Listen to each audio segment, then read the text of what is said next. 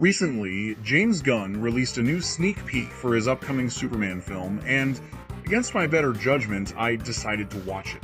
Unfortunately, the preview did nothing to lift my spirits. It only solidified my concerns about Gunn's direction for the character. In fact, I find this output to be extremely underwhelming, and even in some ways outright insulting to the source material. I really don't know what they're thinking with this one. To be clear, I've never been a huge fan of James Gunn's signature style. His Guardians of the Galaxy films, with their offbeat humor and exaggerated tone, have never really clicked with me.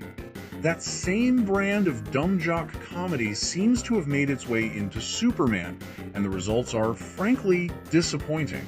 Not really a big fan of a silly Superman, if I'm being honest. If I want dumb comedy with my superheroes, I'll watch Teen Titans Go. Before diving into the preview itself, it's worth revisiting a bit of Gunn's background. Years ago, some of his old tweets, meant to be humorous but clearly in poor taste, resurfaced, which led to his temporary dismissal from Marvel. Despite my misgivings about his work, I definitely wasn't a fan of him getting fired. People shouldn't be canceled for off-color jokes made in the early days of Twitter when the platform had a much looser, irreverent culture. And now, after all the controversy and accusations of some pretty sketchy behavior that a small channel like me can't get away with talking about, Gunn is helming one of the most iconic superhero properties of all time. So, what does this first look tell us about the future of this movie? Well, it's not looking great. Let's get into it. The preview opens with Superman wounded and lying in the snow. Previously, a short teaser showed Krypto the Superdog arriving, but this extended preview adds more. Krypto shows up, and rather than providing a moment of heroism or emotional resonance, the dog proceeds to pummel Superman for over a minute. The scene plays out like slapstick comedy. Superman is groaning in pain while Krypto bites, nudges, and jumps on him. It's played for laughs, but it lands as silly and ridiculous. Eventually, Krypto realizes that he needs to take Superman back to the Fortress of Solitude. The visual of the fortress emerging from the snow is impressive, credit where it's due, but what follows continues the trend of misplaced tone and awkward humor. A group of Kryptonian robots begins to tend to Superman, and their dialogue is baffling. One robot, clearly meant to be the cute one, gushes about Superman, and another says, "Meet 12. She's new." There's a clear contradiction here. Before this bit, one robot claims to have no consciousness or personality, but then immediately afterwards, another behaves like a schoolgirl meeting a celebrity.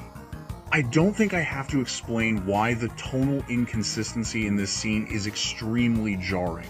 The scene continues as Superman absorbs sunlight through a magnifying glass. An odd and unnecessary addition considering that sunlight is readily available, especially in the open Arctic. It's a weirdly specific and unconvincing plot device that adds nothing meaningful to the story whatsoever. Like, I thought they were going to operate on Superman, not cook him like a chicken. This entire sequence suffers from what I consider to be James Gunn's biggest flaw as a director, an inability to balance sincerity and humor. Every joke goes on just a bit too long, echoing a Monty Python sketch without the wit. His comedic timing, once charming in a ragtag space opera like Guardians, feels out of place and even disrespectful when applied to a character as iconic and noble as Superman. Superman deserves better. The gold standard remains Richard Donner's Superman from the late 1970s. That film captured the gravity and idealism of the character, presenting him as the embodiment of truth, justice, and the American way. It balanced sincerity with lightheartedness and maintained a bright, vivid aesthetic that celebrated the comic book roots without undercutting the mythic stature of its hero. By contrast, Zack Snyder's Man of Steel leaned too heavily into desaturation and gloom, stripping away Superman's sense of optimism. I personally fucking hate that movie and its tone-deaf sequels too, but at least they treated the character with a sense of grandeur. Gunn's vision, it seems, tries to merge Guardians of the Galaxy with Superman.